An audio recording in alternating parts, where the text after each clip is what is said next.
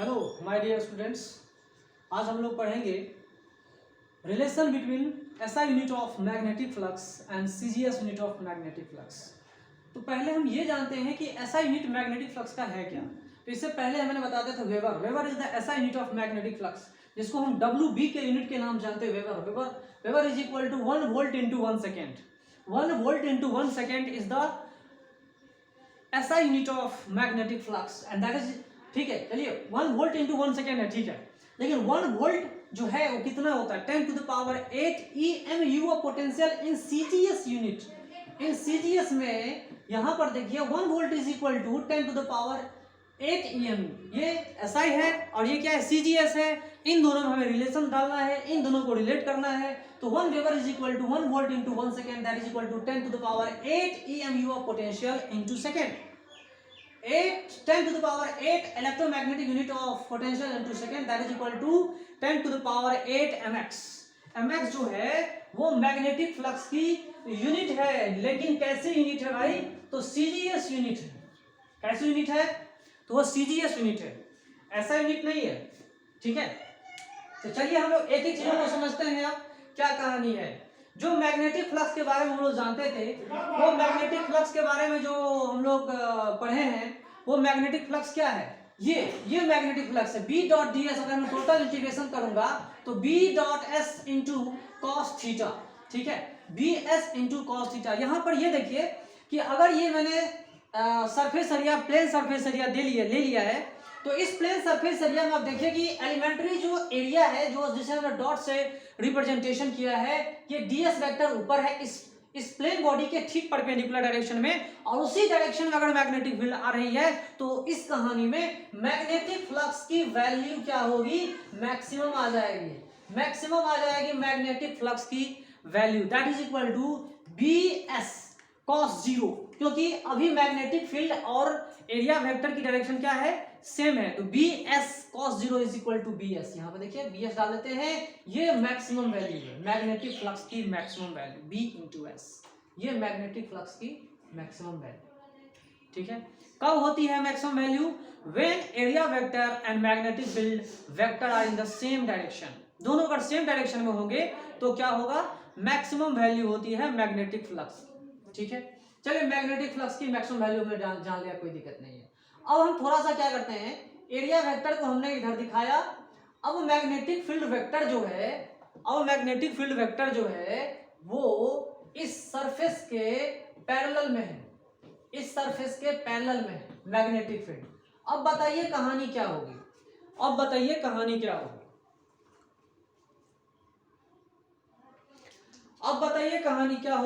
तो आप देख रहे हैं ना कि area vector and magnetic field vector both are perpendicular to each other. जैसे कि ये मान लो बोर्ड है, ये जो आप बोर्ड देख रहे हो, ये प्लेनर बॉडी है, ठीक है। और इसके पैरेलल में हमने मैग्नेटिक फील्ड दे रखा है, इसके पैरेलल में मैग्नेटिक फील्ड है, मतलब area vector is perpendicular to this plane and magnetic field is perpendicular to that area vector. उस एरिया वेक्टर के परपेंडिकुलर है, उसमें उस कहानी में cos 90 डिग्री, थीटा कितना हो रहा है भाई, थीटा कितनी हो रही है, अभी थीटा कितनी है, theta is equal to 90 degree. अगर थीटा 90 डिग्री है तो इसकी वैल्यू कितनी आएगी, मैग्नेटिक फ्लक्स की वैल्यू कितनी आएगी, तो B मैग्नेटिक फील्ड भी जीरो नहीं, सरफेस एरिया भी जीरो नहीं, जीरो क्या हो रहा है, cos theta is equal to 0। It means theta is equal to 90 degree दिया होगा, यहाँ पे थीटा 90 है, इसके वजह से मैग्नेटिक फ्लक्स यहाँ पर क्या हो रहा है, जीरो वैल्यू बता रहा है, और ये मैग्नेटिक फ्लक्स मिनिमम वैल्यू बता रहा है। This magnetic flux is minimum value, इस मैग्नेटिक फ्लक्स की क्या होती है, मिनिमम वैल्यू आती है। समझ में आ रही है बात। मैक्सिमम मिनिमम कौन कौन से केसेस में है वो मैंने आपको क्लियर कर बता दिया, ठीक है। चलिए इतनी बात तो मैंने आपको बता दिया, कोई दिक्कत नहीं है। अब चलिए मैग्नेटिक फ्लक्स के बारे में जानते हैं। मैग्नेटिक फ्लक्स, मान लो ये सरफेस है और इस सरफेस के बाहर साइड में अगर हमने मैग्नेटिक फ्लक्स लिया आउटवर्ड साइड में, तो उस मैग्नेटिक फ्लक्स को हम लोग पॉजिटिव मान लेते हैं, ठीक है। उसको हम लोग क्या मान लेते हैं, पॉजिटिव। आउटवर्ड फ्लक्स को क्या मान लेते हैं, पॉजिटिव। आउटवर्ड फ्लक्स को हम क्या मान लेते हैं, पॉजिटिव। आउटवर्ड फ्लक्स को हम क्या मान लेते हैं, पॉजिटिव, जो इलेक्ट्रोस्टैटिक्स में ही मैंने बताया था। लेकिन इनवर्ड फ्लक्स को आप क्या बोलोगे, इनवर्ड मैग्नेटिक फ्लक्स को क्या बोलोगे, वो निगेटिव आ जाएगा। जो इनवर्ड मैग्नेटिक फ्लक्स है वो क्या हो जाता है, निगेटिव मैग्नेटिक फ्लक्स हो जाता है। ठीक है, इसी फ्लक्स से जुड़ा हुआ गॉस थ्योरम भी मैं आपको बताऊंगा कि इसी से जुड़ा एक गॉस थ्योरम भी है। गॉस लॉ क्या कहता है वो समझिए। इससे पहले भी मैंने आपको बता दिया था Gauss law in magnetism. Magnetism में गॉस लॉ क्या कहता है, मैग्नेटिज्म में गॉस लॉ क्या कहती है। आपको ये पता होगा कि magnetic effect of electric current में मैंने आपको बता दिया था कि कभी भी मोनोपोल एग्जिस्ट नहीं करते, नॉर्मली डाइपोल एग्जिस्ट करते हैं। एक साउथ पोल, मान लो एक क्या है साउथ पोल, एक नॉर्थ पोल, इन दोनों को एक जो है गॉस सरफेस से घेरो। तो गॉस सरफेस से घेरोगे तो नॉर्थ से साउथ में जाएगा, फिर नॉर्थ से साउथ में जाएगा, साउथ से नॉर्थ में अंदर तक जाएगा। तो इस तरह से जो जा रहा है ये कैसा है, ये गॉसियन सरफेस है। ये क्या है, गॉसियन सरफेस। ये गॉसियन सरफेस है जो कि इमेजिनरी है, जो कि क्या है, इमेजिनरी, जिसे हमने कल्पना करके रखा हुआ है, रियल में नहीं है, इमेजिनरी है। तो इसकी strength plus M hole strength, इसकी कितना माइनस एम। तो जो हमने बता दिया इससे पहले वाले वीडियो में मैंने बता दिया था गॉस लॉ क्या होती है। ठीक है, net magnetic flux is equal to 0 होती है। जितना फील्ड जा रहा है उतना ही फील्ड आ रही है, उसी सरफेस में आ रही है। ठीक है, या नहीं तो जितना जा रहा है फिर आ भी रहा है, तो नेट मैग्नेटिक फ्लक्स कितनी हो जाएगी, 0। तो डाइपोल्स एग्जिस्ट करते हैं। तो गॉसियन थ्योरम जो है मैग्नेटिज्म में क्या कहता है, magnetic flux is equal to 0 in magnetism. ठीक है, मैग्नेटिज्म आप जानते होंगे कि कभी भी एक नॉर्थ पोल एग्जिस्ट नहीं करता या सिंपली साउथ पोल एग्जिस्ट नहीं करता, वो डाइपोल एग्जिस्ट करता है। डाइपोल, मोनोपोल एग्जिस्ट नहीं करते, डाइपोल एग्जिस्ट करता है। डाइपोल का एग्जिस्ट करने की वजह से मैग्नेटिक फ्लक्स क्या हो जाती है, 0, नेट मैग्नेटिक फ्लक्स 0 हो जाती है। यही है गॉस लॉ इन मैग्नेटिज्म, है ना, जो मैंने बताया था डिटेल में, इससे पहले भी बताया था, कोई आश्चर्य की बात नहीं है। ठीक है, चलिए, ये मैग्नेटिक फ्लक्स की बात मैं कर रहा हूं, तो इसी मैग्नेटिक फ्लक्स से कुछ जुड़ी हुई बातें मैं आपको बताना चाहूंगा। जुड़ी हुई बातें ये है तो बड़ा सिंपल, लेकिन आपको जानना जरूरी है। ठीक है, कि अगर मैग्नेटिक फील्ड किसी जगह 0 आ जाए, सीधी सी बात समझो कि अगर मैग्नेटिक फील्ड किसी भी जगह पर 0 आ जाए तो मैग्नेटिक फ्लक्स भी 0 हो जाएंगे। इट इज ट्रू, एकदम सही बात है। अगर किसी जगह नेट मैग्नेटिक फील्ड ही 0 आ जाए तो नेट मैग्नेटिक फ्लक्स भी क्या होगा, 0, क्योंकि हमने फॉर्मूला होता है B.S cos थीटा। अगर मैग्नेटिक फील्ड 0 तो मैग्नेटिक फ्लक्स 0, सरफेस एरिया 0 तो भी magnetic flux 0, cos theta equal to 0, then also magnetic flux is equal to 0। तीनों केस में मैग्नेटिक फ्लक्स इक्वल टू 0 आ रहा है। लेकिन मैं आपको यह कह रहा हूं कि अगर मैग्नेटिक फील्ड 0 तो भी फ्लक्स 0, सरफेस एरिया 0 तो भी 0, cos theta is equal to 0 तो भी क्या है, magnetic flux is equal to 0। चलिए, ये सब बातें तो मैंने आपको बता दिया। ठीक है, लेकिन क्या कोई इन सब में से कोई भी चीज, अगर एक भी एलिमेंट, इन मैग्नेटिक फ्लक्स 3 चीजों के ऊपर डिपेंड करता है। मैग्नेटिक फ्लक्स 3 चीजों के ऊपर डिपेंड करता है। मैग्नेटिक फील्ड के ऊपर डिपेंड करता है, सरफेस एरिया पे डिपेंड करती है, और उनके बीच में जो एंगल है उसके ऊपर डिपेंड करता है। मतलब क्या है, और डिटेल में समझिए। मैग्नेटिक फ्लक्स 3 चीजों के ऊपर डिपेंड कर रहा है, magnetic field, surface area and angle between these 2 vectors, area vector and magnetic field vector. ठीक है, या ओरिएंटेशन, थीटा क्या बता रहा है, orientation between area vector and magnetic field vector, वो भी मैं बताऊंगा आपको। ठीक है, ये 3 चीजों के ऊपर मैग्नेटिक फ्लक्स डिपेंड करती है। ठीक है, तो सवाल ये है कि अगर मैग्नेटिक फील्ड 0 तो मैग्नेटिक फ्लक्स भी 0। लेकिन क्या अगर मैग्नेटिक फ्लक्स इक्वल टू 0 है, क्या इसका मतलब कोई जरूरी है कि मैग्नेटिक फील्ड ही 0 हो जाए? क्या कोई जरूरी है? नहीं, इसका कोई मतलब नहीं। मतलब अगर हमने मैग्नेटिक फ्लक्स इक्वल टू 0 रखा, यहां हमने मैग्नेटिक फ्लक्स को 0 बना दिया, 0 बता दिया, 0 दिखा रहा हूं, 0 है, तो इसका मतलब क्या यहां मैग्नेटिक फील्ड 0 आ रहा है? क्या यहां मैग्नेटिक फील्ड 0 आ रही है? नहीं, यहां मैग्नेटिक फील्ड 0 नहीं आ रहा है, नॉन यूनिफॉर्म मैग्नेटिक फील्ड है। यहाँ पर क्या है, नॉन यूनिफॉर्म मैग्नेटिक फील्ड, ठीक है। तो यहाँ पर जो नॉन यूनिफॉर्म मैग्नेटिक फील्ड है, तो कहीं कहीं यूनिफॉर्म मैग्नेटिक फील्ड भी आती है, वहां भी मैग्नेटिक फ्लक्स इक्वल टू 0 हो रहा है। एग्जाम्पल के तौर पे देखिए, मान लो ये सिलेंडर हमने ड्रॉ किया, ये गॉसियन सिलेंडर है, हमने यहाँ गॉसियन सिलेंडर ड्रॉ किया और मैग्नेटिक फील्ड कुछ इस तरह से पास हो रहा है। तो बताइए मैग्नेटिक फ्लक्स क्या होगा, इस पूरे सरफेस से, इस पूरे सिलेंडर से मैग्नेटिक फ्लक्स कितनी होगी? तो total magnetic flux related with this surface is equal to 0। इस पूरे सरफेस से टोटल मैग्नेटिक फ्लक्स कितनी हो जाएगी? 0 हो जाएगी, क्योंकि जितना मैग्नेटिक फील्ड जा रहा है उतना ही, जितना मैग्नेटिक फील्ड घुस रहा है उतना ही मैग्नेटिक फील्ड निकल रहा है। तो नेट फ्लक्स कितनी होगी? जितना जा रहा है उतना निकल रहा है, ठीक है। एरिया वेक्टर इधर मान लेंगे और एरिया वेक्टर उधर मान लेंगे, तो net flux is equal to 0, ठीक है। परपेंडिकुलर डायरेक्शन देखेंगे तो magnetic field is perpendicular to curve surface area, magnetic field is perpendicular to curved surface area, so net magnetic flux related with this Gaussian cylinder is equal to 0, ठीक है। यहाँ पे uniform field है, यहाँ पे uniform field है, तो कहने का मतलब ये है कि अगर गॉसियन, सॉरी, यहाँ पे मैग्नेटिक फ्लक्स अगर 0 है, इसका मतलब कोई जरूरी नहीं कि मैग्नेटिक फील्ड भी वहाँ 0 हो। मैग्नेटिक फील्ड वहाँ यूनिफॉर्म भी हो सकता है और नॉन यूनिफॉर्म भी हो सकती है, वो मेरे कहने का मतलब है, ठीक है। चलिए, इतनी बात तो आपके समझ में आ गई होगी, क्योंकि मैंने क्लियर कट एग्जांपल से बताया है, ठीक है। अब चलते हैं आगे, मैग्नेटिक फ्लक्स से रिलेटेड चीजें जानते हैं कि मैग्नेटिक फ्लक्स कब चेंज करेगा, मैग्नेटिक फ्लक्स कब चेंज करेगा। ये आप डायग्राम देख रहे हो, बिल्कुल आपको डायग्राम दिख रही है, कोई दिक्कत नहीं है। ये जो आप डायग्राम देख रहे हो, इसमें ये पोल क्या है? नॉर्थ पोल, और ये हमने एक लूप दे दिया, लूप है, ये कैसा लूप है? ये मेटल का लूप हमने दे दिया, खाली जगह है, मेटल का रिंग मान लो, मेटल का लूप मान लो, ये हमने आपको दे रखा है, खाली जगह है, ये इनके बीच में खाली जगह है, लूप है, और ये हॉलो टाइप का रिंग मान लो, मेटेलिक रिंग है, ठीक है। ये क्या है? मेटेलिक रिंग है। तो मैग्नेटिक फील्ड क्या कर रहा है भाई? इसके अंदर में जा रहा है, इसके अंदर देखो कुछ मैग्नेटिक फील्ड क्या हो रहे हैं? जा रही है। कैसे जा रहा है? अगर इस पोल को हम ऐसे ही यहाँ फिक्स रखें, इसको भी अगर फिक्स रखें, तो क्या इन दोनों के बीच में जो मैग्नेटिक फ्लक्स है वो चेंज करेगा? चेंज करेगा? बिल्कुल नहीं चेंज करने वाला, मैग्नेटिक फ्लक्स चेंज नहीं करने वाला। लेकिन अगर मैंने इसको घुमाया, इस रिंग को घुमाया, तो भी मैग्नेटिक फ्लक्स चेंज करेगा क्या? तो भी मैग्नेटिक फ्लक्स नहीं चेंज करेगा। याद रखिएगा इस बात को कि अगर मैंने इसको घुमाया या इसको घुमाया, तो भी मैग्नेटिक फ्लक्स चेंज नहीं होने वाला।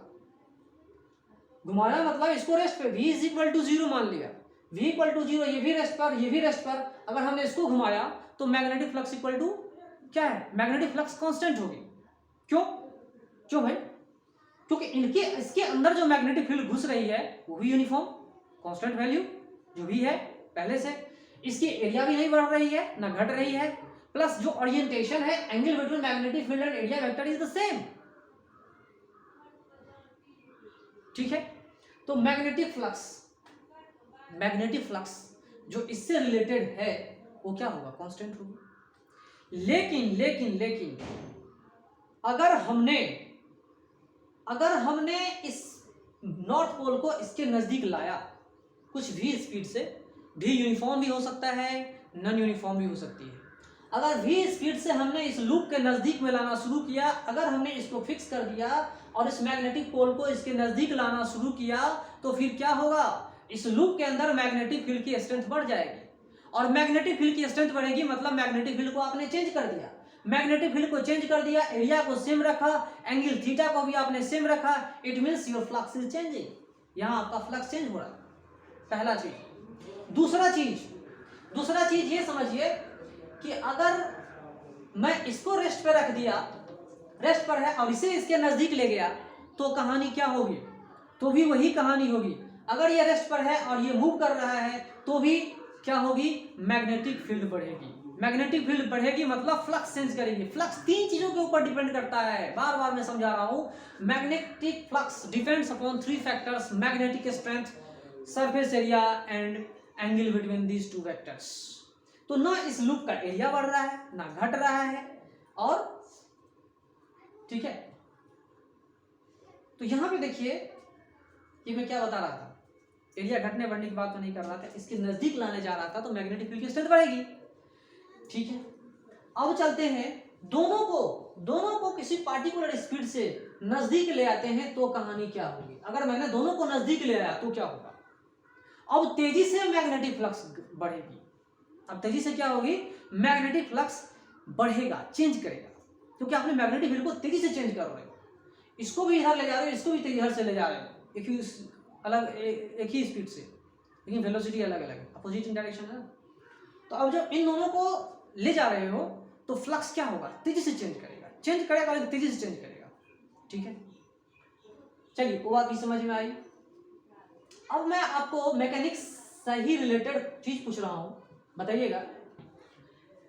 इस मैग्नेटिक पोल को 3 मीटर पर सेकेंड की स्पीड से लेफ्ट से राइट ले जाओ, और इस लूप को भी लेफ्ट से राइट में 3 मीटर पर सेकेंड की स्पीड से ले जाओ, सेम स्पीड से 3 मीटर पर सेकेंड, ये भी 3 मीटर पर सेकेंड से, सब जा रहा है इधर। Magnetic change in magnetic flux is equal to what, क्या होगा मैग्नेटिक फ्लक्स में चेंज, दोनों की वेलोसिटी सेम, एक लाइन में बोलूं कि दोनों की वेलोसिटी सेम, तो बताओ कि इन दोनों में चेंज इन मैग्नेटिक फ्लक्स क्या हो, what will be the change in magnetic flux. अरे तो भाई मैग्नेटिक फील्ड ही नहीं चेंज कर रहा तो फ्लक्स क्या चेंज करेगा, दोनों की स्पीड सेम है, तो रिलेटिव स्पीड क्या है, v minus v is equal to 0।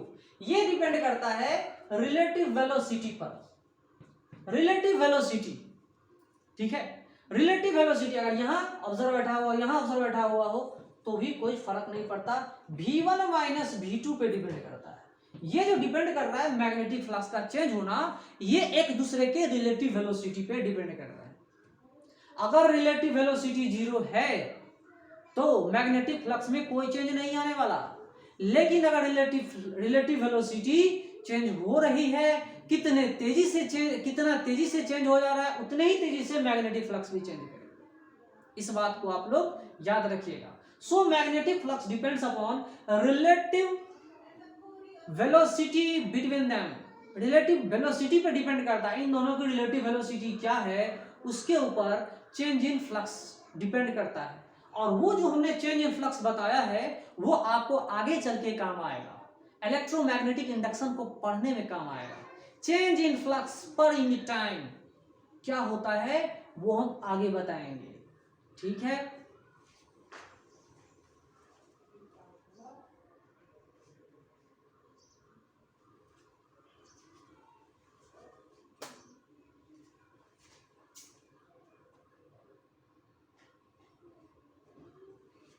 चलिए इतनी सारी चीजें तो मैंने आपको बता दिया कि रिलेटिव वेलोसिटी के ऊपर डिपेंड करता है। चलिए ठीक है, एक नया एग्जांपल लेते हैं, नए एग्जांपल को देखते हुए मैं आपको एक्सप्लेन कर रहा हूं।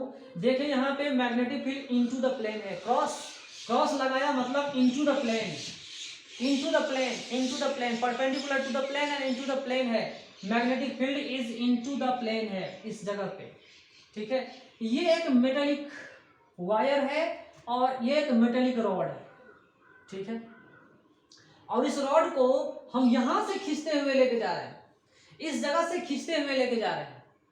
जब इधर से लेफ्ट से राइट में लेके खींचते हुए जा रहे हैं, इसमें क्या चेंज हो जा रहा है, क्या फ्लक्स चेंज हो रही है, क्या क्या चेंज हो रही है वो बताइए। क्या मैग्नेटिक फील्ड की स्ट्रेंथ बदल रही है, पहला चीज, क्योंकि यहाँ पे बी जो है वो यूनिफॉर्म है, बी क्या है यूनिफॉर्म, मैग्नेटिक फील्ड यूनिफॉर्म है, मैग्नेटिक फील्ड क्या है यूनिफॉर्म इनटू द प्लेन है। ठीक है, एरिया वेक्टर क्या है, एरिया क्या है, यहाँ पर एरिया क्या है, ये रेक्टेंगल है, मान लो ये लेंथ है एल और ये है एक्स, लेंथ इंटू एक्स जो कुछ भी है, लेंथ है ब्रेथ है, लेंथ इंटू ब्रेथ इसका एरिया हो गया है, परपेंडिकुलर टू द प्लेन या इनटू द प्लेन, इसके परपेंडिकुलर डायरेक्शन में जो कुछ भी है। एरिया का मैग्नीट्यूड बताओ, अगर ये रॉड इधर जा रहा है, लेफ्ट से राइट में जा रही है, तो एरिया की मैग्नीट्यूड घट रही है या बढ़ रही है, एरिया है क्या L इंटू एक्स, एरिया ये है क्या L इंटू एक्स।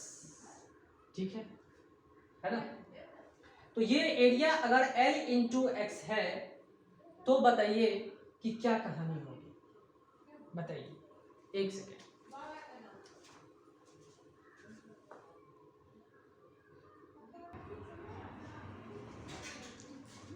चलिए यहाँ दिखाता हूँ मैं आपको कि मैग्नेटिक फील्ड भी चेंज नहीं हो रहा है, एरिया वेक्टर चेंज हो रहा है कि L into x is the area. तो यहाँ पे इसको इधर घसीटेंगे, इसको ले जाएंगे तो क्या होगा, एरिया चेंज हो जा रही है, ओरिएंटेशन भी चेंज नहीं हो रहा है, थीटा भी नहीं चेंज हो रहा, मतलब मैग्नेटिक फ्लक्स यहाँ भी चेंज हो जा रहा है। लेकिन मैं अगर इसी रॉड को इधर ले जाऊं तो फिर क्या होगा, मैग्नेटिक ये जो एरिया है ना, मैग्नेटिक फील्ड तो यूनिफॉर्म है, लेकिन ये जो एरिया है ये क्या हो रहा है, घट रहा है, मतलब चेंज तो हो रहा है। एरिया चेंज हो जाए, मैग्नेटिक फील्ड चेंज हो जाए, ओरिएंटेशन चेंज हो जाए, तीन में से कुछ भी चेंज हो जाए तो फ्लक्स चेंज करती है। फ्लक्स क्या होती है, चेंज करती है। ठीक है, तो यहाँ पे इस इधर भी अगर भी स्पीड से लेके जा रहे हैं तो भी मैग्नेटिक फ्लक्स चेंज हो जा रही है। ठीक है, आगे चलिए इस एग्जांपल को देखिए। ये एग्जांपल्स जो है काफी इंपॉर्टेंट है, बहुत सारे जगहों पे काम आएगा। ये जो हमने एरो का साइन दिखाया है लेफ्ट से राइट, ये मैग्नेटिक फील्ड की डायरेक्शन है, यूनिफॉर्म मैग्नेटिक फील्ड है। और ये कॉइल है, ये एक आयरन का कॉइल है, रेक्टेंगुलर कॉइल है, जो जनरेटर्स में यूज होते हैं, और ये एक सिलेंडर के ऊपर वाउंड अप रहता है, मतलब इसकी एरिया जो है परपेंडिकुलर डायरेक्शन में, इस प्लेन के परपेंडिकुलर डायरेक्शन में। ठीक है, जैसे ये है ना, ये घूमेगा, ये एरिया है, उस सरफेस का क्या, ये एरिया है, ये क्या होगा, अब मैग्नेटिक फील्ड किधर है, इधर मैग्नेटिक फील्ड। ठीक है, इधर मैग्नेटिक फील्ड, और ये रोटेट कर रही है। तो इस इक्वेशन में आप क्या दिख रहा है, इस सिचुएशन आपको क्या दिख रहा है, ना मैग्नेटिक फील्ड चेंज कर रही है, क्या चेंज नहीं कर रही इसमें, ना इसमें मैग्नेटिक फील्ड चेंज कर रही है, ना एरिया वेक्टर चेंज कर रही है, यहाँ पे चेंज कर रही है थीटा चेंजेस, यहाँ पे थीटा चेंज करता है। Orientation, area vector and magnetic field vector के बीच में जो ओरिएंटेशन है वही चेंज कर रहा है। अब इस कॉइल को हम रोटेट करवाएंगे, एंगुलर स्पीड ओमेगा से क्या करेंगे, रोटेट करवा रहे हैं। रोटेशन करवाने की वजह से क्या हो रहा है कि मान लो मैग्नेटिक फील्ड इधर है, ठीक है, मैग्नेटिक फील्ड इधर है और एरिया वेक्टर क्या है, इधर है, इन दोनों के बीच में थीटा जो है चेंज करते जा रहा है। वो क्या कर रहा है, चेंज करते जा रहा है, क्योंकि हमने एरिया को इधर रखा था, फिर धीरे धीरे ऐसे घुमाते हैं, पहले देखो इधर रखा हुआ था, फिर ऐसे आएगा, फिर ऐसे आएगा, घूमते हुए जा रहा। तो घूमने की वजह से सिर्फ थीटा चेंज हो जा रहा है, यहाँ पे ओरिएंटेशन चेंज हो जा रहा है। ओरिएंटेशन के चेंज होने से भी मैग्नेटिक फ्लक्स में चेंज आती है, और मैग्नेटिक फ्लक्स में जब चेंज आती है तो क्या होता है वो हम बाद में बताएंगे, लेकिन ये सब चीजें आप जान लीजिए। ओके।